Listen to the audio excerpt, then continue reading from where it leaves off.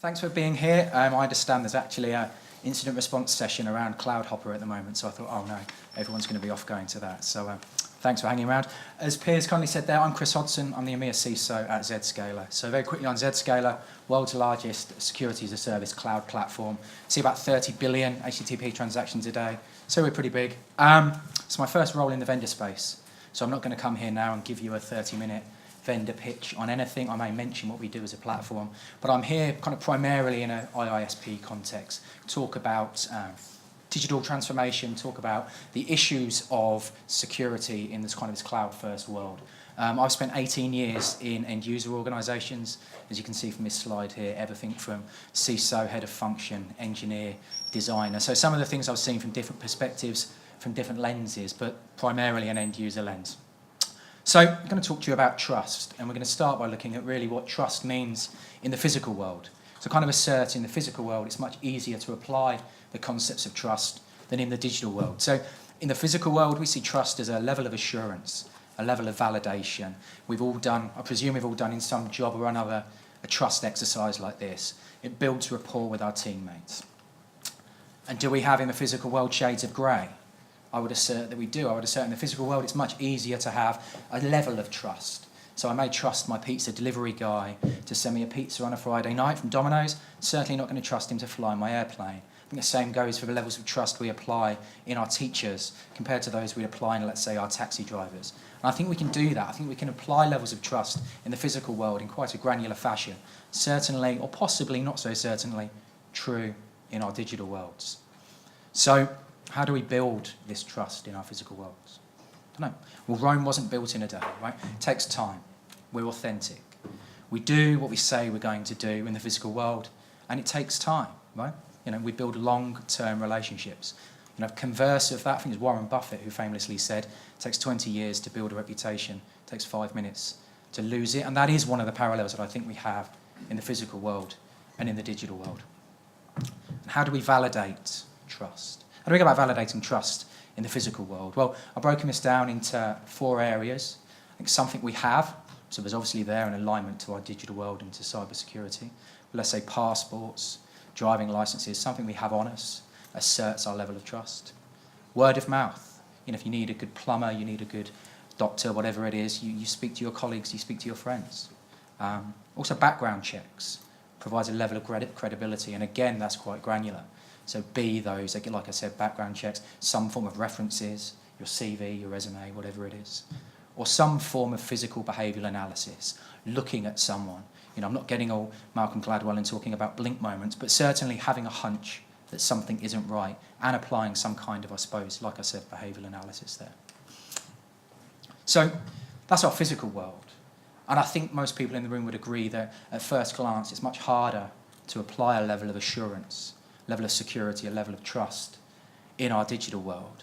And I just really want to spend most of this session running through, if in fact that's the case, certainly some experiences that I've seen in your side of the fence, but also some of the time I've had at Zscaler, and see if it really is harder to apply that level of trust when you're sat behind the keyboard or through a mobile phone. So one thing that's irrefutably true, I hope it's irrefutably true, it's harder these days to trust people online than it was maybe 10, 15 years ago. And I'm sure lots of people at lots of conferences have very similar looking diagrams that show the evolution of a threat actor. But I think it is fair to say that the tools and techniques have changed, but also the motivations of these guys have changed. We've moved through a world of, you know, the opportunistic threat actor through to organised crime, through to some form of nation-state or state-sponsored actor that we talk about a lot. Something we talk less about, I think anyway, I'm interested in your thoughts at the end. It's kind of convergence of these three, well certainly there's 2 there. The tools we're seeing that the financially organised and motivated criminals are using are mirroring those that maybe 5 years ago were the exclusive reserve of nation states. So I'm kind of, although we've got up here advanced persistent threat, I kind of don't really like that term anymore. I think things like polymorphic malware, encrypted tunnels, C2 centres, they're not just being used by nation states. We're seeing those, I don't want to call it common or garden malware, but we're certainly seeing it more and more. So I'm going to walk through 3 examples now, kind of aligning to that curve that we just saw there. I call this spotting the bad guys. For me, this is really what we saw when we had the opportunistic criminal maybe 15 years ago. I'm sure all of us have seen these in our inboxes, in our organisations, in the media, maybe had a laugh, to be perfectly honest. Poorly worded. I would call this maybe social engineering 1.0. We'd see someone asking for something that was obviously too good to be true, because it was, littered with spelling mistakes, and our ability to block and to stop these types of attacks was fairly straightforward. We still see a high volume of them today, but we have the tools, we have the techniques to be able to spot these.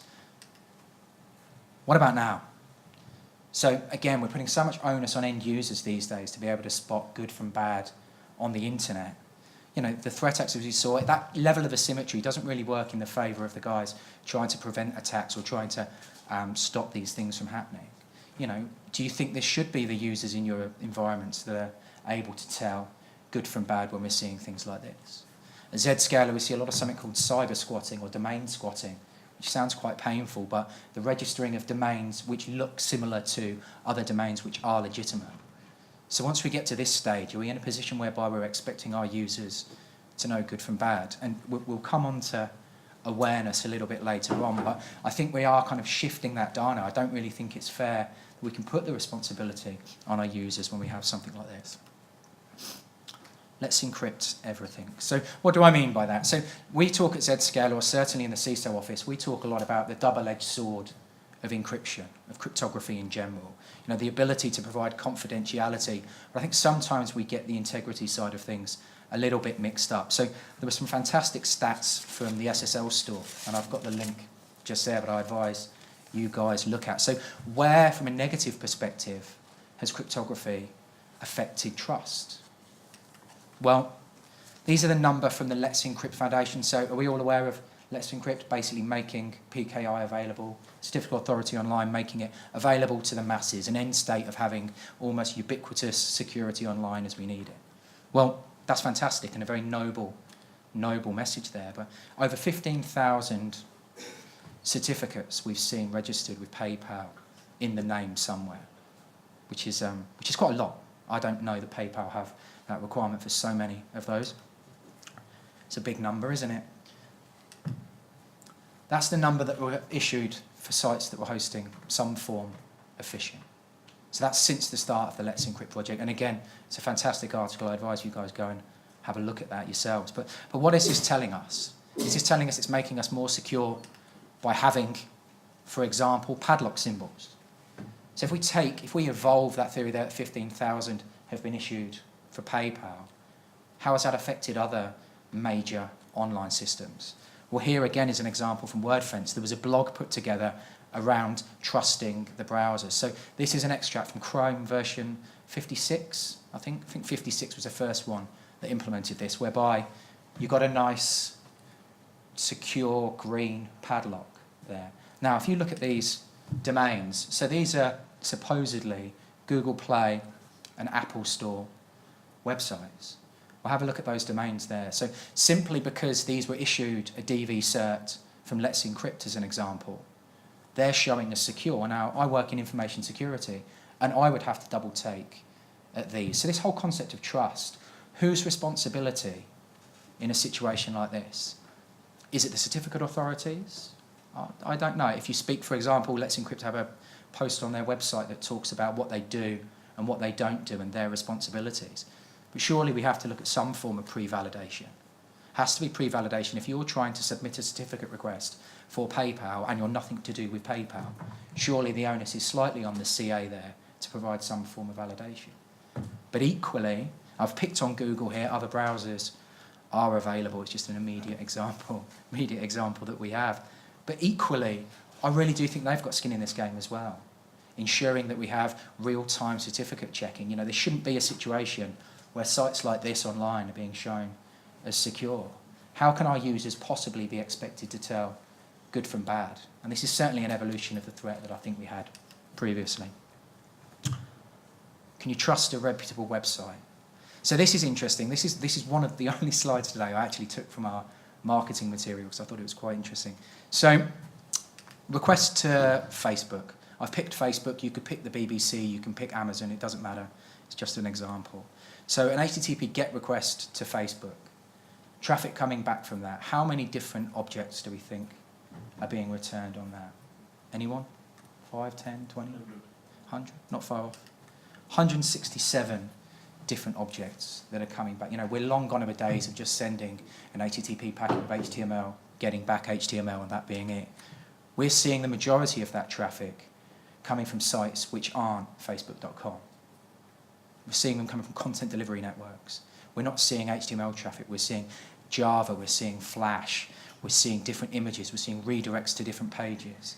So why this is important is we used to have this concept of applying trust based on a domain name. We used to say, we, for example, have this set of controls for facebook.com, and we have a different set of controls for different websites. That's predicated on knowing good from bad. And what about encryption? We're seeing increasingly traffic on the internet being encrypted. So we have the issue from an authenticity perspective that we talked about before. But how are we looking inside this traffic if we're not decrypting our TLS? So this is really causing us a problem. It used to be a two-way transaction. When we look at most malvertising attacks that we see today, it's exactly this. It's traffic coming from somewhere else.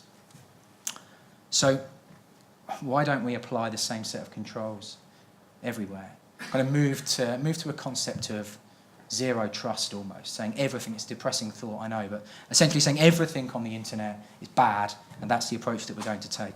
Well, it's a little diagram here of what we call fast path, slow path. And generally what I mean by that is, from an appliance perspective, a lot of appliance vendors will say, there is a concept of something being risky or a concept of something being suspicious. And for those domains, we will apply, deep packet inspection. We will send something to a sandbox. We will inspect the HTTP payload rather than just the header, as an example. But how can we do that in a world where we're seeing malvertising, where we're seeing trusted or reputable websites who, for example, have out-of-date versions of Joomla or WordPress? They're being owned directly. If you're having scripts embedded to sites which you're defining as benign, but yet the policies you're applying to those sites are in some way more relaxed than they would be to malware.com. If I'm writing malware, I'm looking at some form of exploit kit redirect, I'm not going to post it on a dodgy website. I'm going to try and post it via some form of watering hole attack to somewhere that I know you guys are going to go to. So I think that's important, this whole concept of being able to apply a concept of good and bad. Ideologically, it works, assuming that we know what we're looking for. So if we have an indicator of compromise, if we have a file hash, if we have something that we know is bad, that's fine. We can go out there and we can look for it. But invariably, we don't. It's hiding in plain sight. That's what we're dealing with these days. This whole concept of trust on the internet really, in my personal opinion, has gone away. I really do believe we need to apply the same controls to Google that we are applying to gambling and malware sites. Because it doesn't matter the volume. If we have some form of EK that's downloading arbitrary code and that, end user is domain admin with access to an Active Directory database, for example, that someone has managed to form a variant of crypto ransomware. It doesn't matter that it's happened once or it's happened 500 times. The impact is significant. This is almost the exact opposite to the previous talk, an American talking about an English program. But does anyone here watch The Blacklist? I tried that in Poland. Honestly, I tried that in Poland. It was just a sea of people who just didn't put up their hand. So some people in here are familiar with the concept. So Raymond Reddington is an FBI fugitive who, in exchange for basically not going to jail, gives a special SWAT force every week, the name of somebody bad, essentially, malicious. And then we have an hour, maybe an hour and a half long program whereby we go and find that bad guy, we lock them up, and then the next week we move on to the next criminal. Works, it's quite an entertaining program, we watch it in my house. But I thought it was kind of analogous to how we used to apply cybersecurity, our update cycles and how we knew good from bad. Well, this is a stat from last year's Verizon Data Report that outlined kind of lifetime or longevity of a file hash. So if we've got a minute to be able to identify something, it would be a bit of a quick program, wouldn't it, if we were going to go down that route. So I think we have got this level of cat and mouse. I talked about that asymmetry earlier. But it's getting worse and worse. I read not too long ago, strains of Cerber, which is a form of crypto ransomware, is changing its file hash every 15 seconds. So I don't know any patch management strategy that's going to cope with issuing new DAT files every 15 seconds. So we need to change the way that we're looking at this. Now, Trusting users to click stuff is crazy. So this was a blog I put on LinkedIn. I was venting a bit actually about, I don't know, maybe 6 months ago. Because I do a lot of work with CISOs and CIOs. I go into organisations, we sit down and we talk about their security priorities. And we always talk about end user awareness.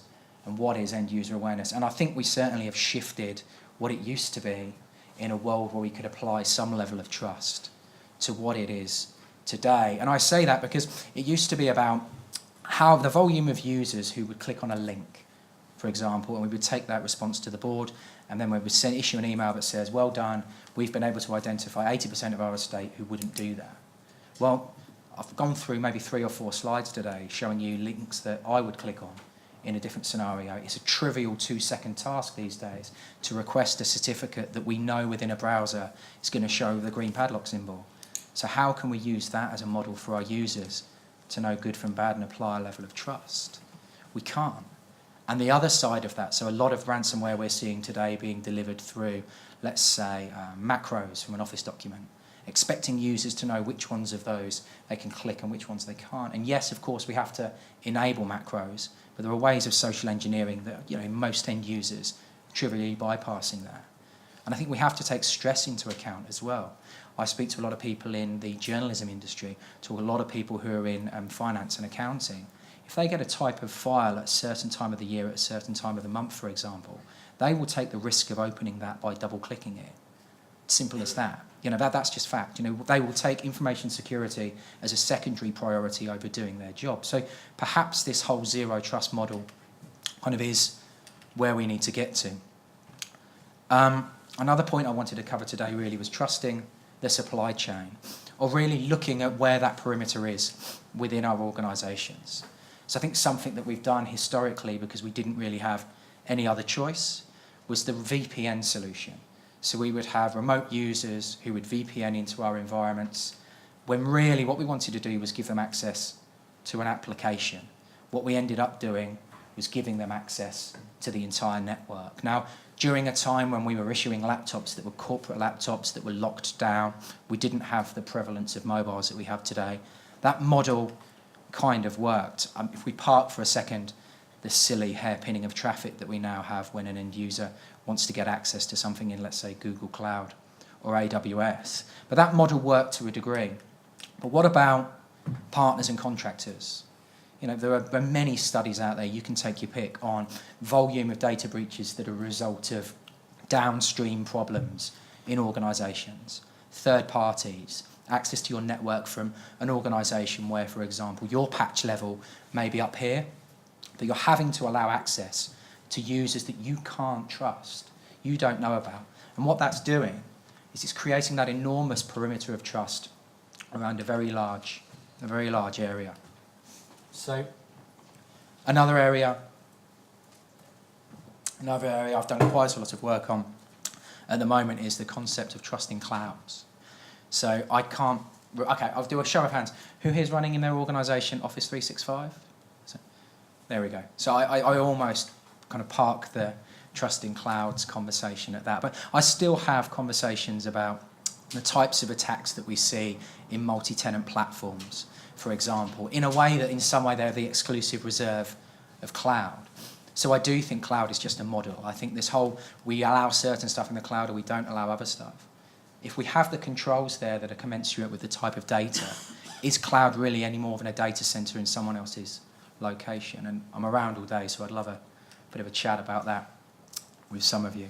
It's trusting yesterday's approaches. There's just a couple more of these that I wanted to run through. So trusting yesterday's approaches. Here we did some stats for RSA last year where we put together the top, actually this is top 11, but top 11 for some reason, sites that were serving Android APKs on the internet. Okay, this is what we saw through our cloud. So let's go back for a second to that concept of applying URL filtering and a known bad. Okay, most people here would say, well, that's easy, we'll block those locations. Or through our MDM platform or our proxy platform, we will say, don't allow access to third-party app stores. Pretty simple to do. Well, the overwhelming majority of those are being served from locations that I can guarantee you in your organisation you allow access to. And if you're using this traditional kind of appliance stack way of applying security, you probably have a very different security posture for traffic coming from a content delivery network than you do from a traditional third-party app store. So I think, again, this is further evidence that that concept of knowing good and knowing bad isn't really always what it seems on the surface. And another interesting stat around trust here, we have lots of organisations who have best-of-breed components, is how I see them. So in this world where we talk about cyber kill chains, we talk about cohesion, we talk about the ability to identify threats from cradle to grave, how are we able to do that in a world where most organisations have got the best part of 5, 6, 7 security vendors that they're using, 7 logins, 7 feeds to a SIM platform? How easy is it to trace that initial compromise through to data exfiltration? It's an incredibly hard task. I wrote something recently on the power of a platform around this ability for us to have a much more consolidated way of looking at things and picking systems that not only integrate with each other but are tightly coupled. Trusting the criminals. To pay or not to pay, as I put this, that is the question. So ransomware is something that I talk about quite a lot because the feedback I get is it's what people want to hear about. And I think still today we're seeing so many different forms of ransomware out there for 3 reasons. You know, it's service-based, so I can pick it up on the dark web, I can host my own instance, it's very quick to do. It's cheap. You know, if you actually look at bang for buck, I think the barriers to entry to actually host some of these environments, talk I did recently, I can't remember the exact figures, but initial strains of CryptoLocker in 2013 were doing the rounds for like $1,000. You can pick up Stampado malware these days, $39 perpetual license. It's a pretty low bar to entry. It's service-based, and it's working for the reasons that we've talked about today. Trusting the perimeter. I will run through this one very quickly because I'm almost out of time up here. But you know, the Jericho Forum and later after that, Forrester did a lot of work on kind of deperimeterization and the concept of zero trust. But I think in the kind of a context of the conversation we're having today, you know, our traffic isn't in our data centers anymore. It genuinely isn't. I speak to some organisations who see that 80% of their traffic is now north-south. This requirement for this backhaul over MPLS doesn't exist. Our users aren't in our office locations. They're in coffee shops. They're at home. So we can't really trust our existing or our legacy ways of applying security through our data center model. We need to have our security closer to where our data is, and that's in the cloud. Pretty much here, a watering hole attack, which really identifies and kind of wraps up on, pivoting slightly, but wraps up on some of the concepts that we've talked about today. Hacker infects a trusted domain, as we talked about. They're not infecting malware.com. This is an actual example. NBC are a customer of ours now, so I can say this. The Leno page within their website got owned. And it was the page, it wasn't the domain. So URL filtering isn't going to cut it in that scenario. Outbound connection over 80 or 443 to that website. User goes there. What happens then? Some form of EK, something on that box that's looking to identify vulnerabilities. Send down some form of arbitrary payload. Arbitrary payload goes down. We're not inspecting TLS, for example. The organisation's blind. This trust in the concept of we have blocked access to a particular domain doesn't work anymore. So I'm going to wrap up here and return it to kind of those 4 points that we looked at initially. So initially I came up here and I said that the way we apply trust in the physical world is very different to the way we apply trust in the digital world. But I don't actually think, on kind of reflection, it really is. So we talked earlier about word of mouth. So word of mouth is really intelligence, threat intelligence in whatever form that is. In a world where we're seeing malware change its construction every 60 seconds, 58 seconds, we can't rely just on signatures. We need to ensure we have different forms of intelligence in our environments, be those technical, be those open source, whatever they are. Visibility. So I talked earlier about that concept of dynamic analysis of a person, asserting through looking at them and their behaviour on what they're doing. Well, we now need to do that for malware. We can't rely on signatures. We can't rely on URL filtering. We need to take those files. We need to detonate them in a remote environment. We need to see what's happening based on the behaviour of a web page and also based on the behaviour of a PE binary file and what it's doing. Blacklists. talked about my love of that program and the requirement for blacklists. Well, we still need those. I'm not a CISO who stands up here and says AV is dead, we don't need signatures anymore. They're cheap, they're inexpensive, they're fast. Where we can block something based on it being bad, let's do that. It's just increasingly we're not able to do so. I think the previous talk and the talk before that had some of this strong identity management. So we're going to, again, identity, as we say at Zscaler, is kind of the new perimeter. We're almost seeing the network being irrelevant. It's about connecting users to applications. And to do that, we need to make sure we have strong credentials and strong identity management. So we have a stand outside. I would be murdered if I didn't stand up here and tell you very quickly what we did.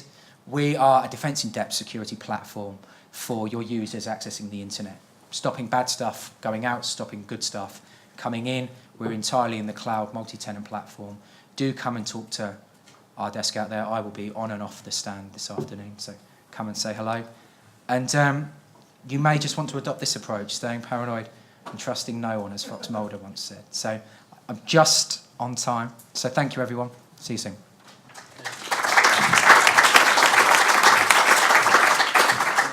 Stick around for any questions. Have you got any questions? Yeah. We've probably got time for Yeah, cool. There's one right at the back there. Let's go for that. You mentioned identity would be the new perimeter. Well, if I'm trusting no one, I don't care who it is. What do you think of that? I would say possibly from a malware perspective, but from a logging and identification perspective, from an audit perspective, from a compliance side of things, I think we're always going to require strong identity management. Would be my immediate response. I don't necessarily think we would take identity as being part of a requirement not to be trusting everyone. I don't necessarily think the two are mutually exclusive, shall we say. I think the example really comes from the NBC thing where there was, if you like, misplaced trust based on a perceived identity. I think that's where the gap and a lot more attention is still needed. I would say so. I would say certainly as we move to cloud, there is certainly a requirement for us to rethink the way that we apply identity as well. I think certainly there's no good if you're moving, for example, from an Active Directory authenticated platform internally that serves 30 platforms to then having 30 different identities on the internet for each of those cloud services. I think that would be foolhardy and certainly would move away from some of those benefits of cloud, which are cost and elasticity, if you're then maintaining 30 of those. But I still think that there's a requirement for identity from an end user perspective for the reasons that I said.